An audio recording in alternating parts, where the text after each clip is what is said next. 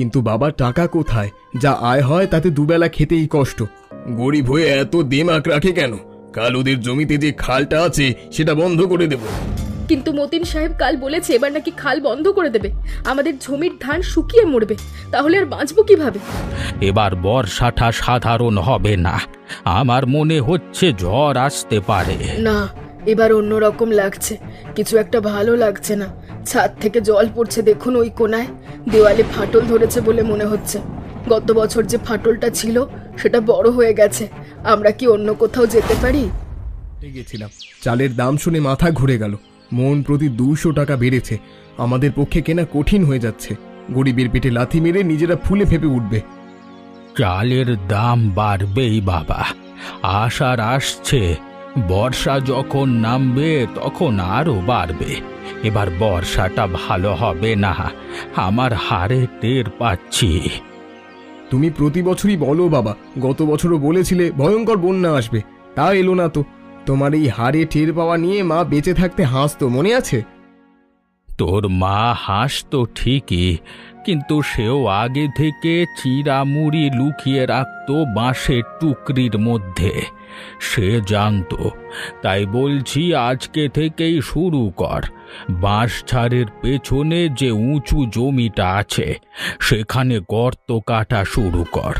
শুকনো কাঠ জমা, চিড়ামুড়ি যা পারিস মজুত কর।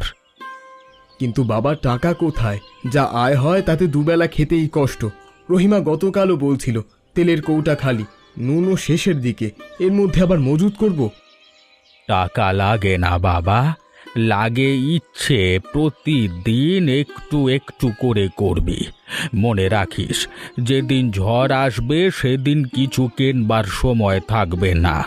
সেদিন যা হাতে আছে তাই সম্বল। ঠিক আছে বাবা, কালকে ভোরেই শুরু করব। তোমার কথা কোনোদিন ফেলিনি, এবারও ফেলবো না। তবে রহিমাকে বুঝিয়ে বলো একটু, সে আবার গজগজ করবে। রহিমাকে আমি বুঝিয়ে বলবো, তুই চিন্তে করিস না।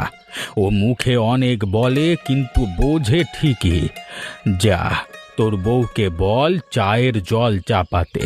আর হ্যাঁ, চা দেওয়ার সময় বলিস একটু আদা দিতে, গলাটা খুসখুস করছে।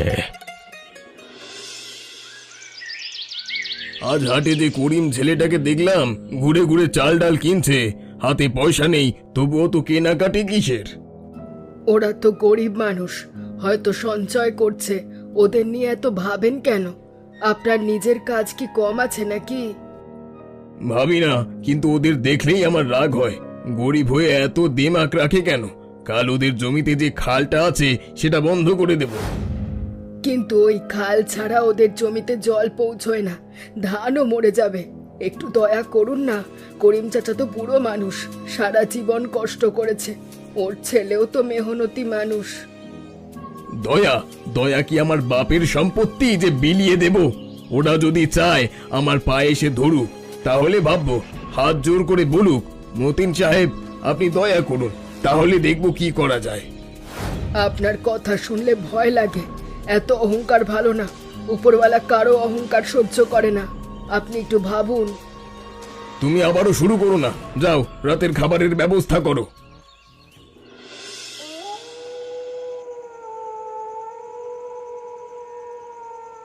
ফজলু সারাদিন মাটি কাটছে, খেতেও ডাকলাম এলো না। বললাম ভাত বেড়ে রেখেছি, তাও শোনে না। কি বানাচ্ছ পেছনের জমিতে? আমাকে তো কিছু বলে না। বলিনি তোকে, বর্ষার আগে একটা গর্ত বানাচ্ছে নিরাপদ আশ্রয় হিসেবে। ওপরে বাঁশের ছাউনি দেবে, ভেতরে শুকনো জিনিস রাখবে। বন্যা বা ঝড় এলে আমরা সবাই ওখানে আশ্রয় নেব। ভয়ের কিছু নেই, বুদ্ধি করে কাজ করছে ছেলেটা। আশ্রয় তো ভালো কথা, কিন্তু খাবো ভাত রান্না হবে না। আর এই যে প্রতিদিন একটু একটু করে চাল ডাল চিড়া কিনে রাখছেন, এসব জমানো কি ঠিক হচ্ছে? এভাবে কতদিন চলবে? বৌমা শোনো শোনো, আমি এ জীবনে 3টে বড় বন্যা দেখেছি। প্রতিবারই দেখেছি যারা আগে থেকে কিছু করে রেখেছে তারা বেঁচেছে। কিন্তু মতিন সাহেব কাল বলেছে এবার নাকি খাল বন্ধ করে দেবে, আমাদের জমির ধান শুকিয়ে মরবে, তাহলে আর বাঁচবো কিভাবে? মতিন সাহেবের অনেক ক্ষমতা, কিন্তু প্রকৃতির কাছে কারোর ক্ষমতা খাটে না। খালের কথা পরে ভাবা যাবে, এখন সেটা নিয়ে মাথা ঘামিয়ে লাভ নেই। আগে বর্ষাটা পার করি। তুই মুরগিগুলোকে ভালো করে খাওয়া, তাড়াতাড়ি বড় করে তোল। মুরগি বড় হলে কি হবে? বিক্রি করবেন? বিক্রিও করা যায়, রান্নাও করা যায়।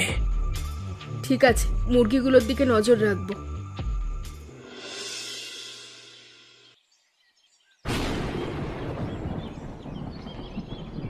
এই করিম, কোথায় যাচ্ছ? শোনো, তোমার ছেলেকে বলো আমার পুকুর পাড়ের মাটি কাটছে কেন? ওখানে যদি ধস নামে ক্ষতিপূরণ দিতে হবে তোমাকে। মতিন ভাই, ওটা আপনার পুকুরের পার না, ওটা সরকারি জমি। খতিয়ান দেখলেই বুঝবেন। আমার ছেলে নিজেদের জন্য একটু আশ্রয় বানাচ্ছে বর্ষার আগে, কারোর ক্ষতি করছে না। আপনারও বানানো উচিত। আমার বানানোর দরকার নেই, আমার বাড়ি পাকা, ইট সিমেন্ট আছে। তোমাদের মতো টিনের চালও না যে বাতাসে উড়ে যাবে। তোমরা গরিব মানুষ, তোমাদের ভয় থাকবেই। আকাশের দিকে তাকান। আকাশে যে লাল আভা ছিল ওটা ভালো লক্ষণ না। এবার বর্ষাটা সাধারণ হবে না। আমার মনে হচ্ছে ঝড় আসতে পারে। বাজে কথা বলো না, চুপচাপ তোমার মাটির গর্তে ঢুকে থাকো। আর শোনো, কাল থেকে তোমার ছেলে আমার জমিতে কাজ করবে। ধান কাটার সময় হয়ে গেছে, লোক লাগবে। ফজলু এখন নিজেদের কাজে ব্যস্ত, সময় হলে আসবে। জোর করে কাউকে খাটানো ভালো না মতিন ভাই, সেই দিন আর নেই। খুব বড় কথা বলছো করিম, তোমাকে দেখে নেব। এই গ্রামে থাকতে হলে আমার সাথে চলতে হবে, এটা ভুলো না। গ্রাম আপনার একার না মতিন ভাই, গ্রাম সবার। আর ভুলিনি কিছু, সেই জন্যই তো প্রস্তুতি নিচ্ছি। এই যে নাও, সকাল থেকে একটানা কাজ করছো, শরীরটার কথাও একটু ভাবো। গায়ে জোর না থাকলে কাজটা করবে কিভাবে? শরীর ভাবার সময় নেই রহিমা, দেখছো না আকাশটা কেমন হয়ে যাচ্ছে। সকাল থেকে একটুও রোদ বের হয়নি। বাবা ঠিকই বলেছে, এবার কিছু একটা হবে। আমাকে তাড়াতাড়ি এই গর্তটা শেষ করতে হবে। কতটুকু হলো? মোটামুটি গভীরতা যথেষ্ট হয়েছে। 4-5 জন আরামে থাকতে পারবে। বসে থাকা যাবে, শুয়েও পড়া যাবে দরকারে।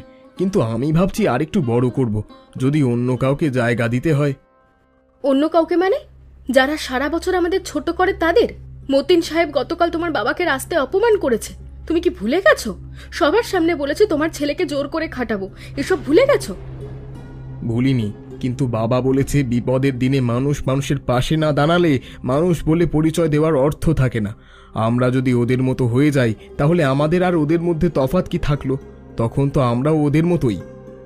তোমার বাবা সাধু মানুষ বুঝলাম, সন্ন্যাসী হলেও মানাতো, কিন্তু এত ভালো থাকতে গেলে নিজেরা মরবো।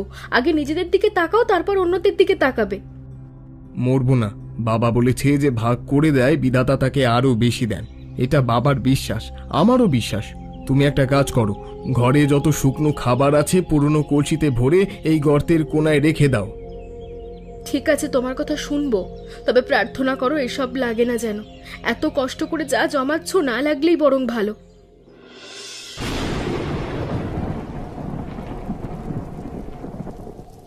শুনছেন? বাতাসটা কেমন হুঙ্কার দিচ্ছে। বাচ্চারা ঘুমোচ্ছে, কিন্তু আমার চোখে ঘুম আসছে না। ভয় পাচ্ছ কেন? এটা পাকা বাড়ি, ইট সিমেন্টের। বাতাসে কিছু হবে না, তুমি বরং শুয়ে পড়ো। সকাল হলেই দেখবে সব ঠিক আছে। প্রতি বর্ষায় একটু বাতাস হয়, এটা নতুন কিছু না। না, এবার অন্যরকম লাগছে, কিছু একটা ভালো লাগছে না।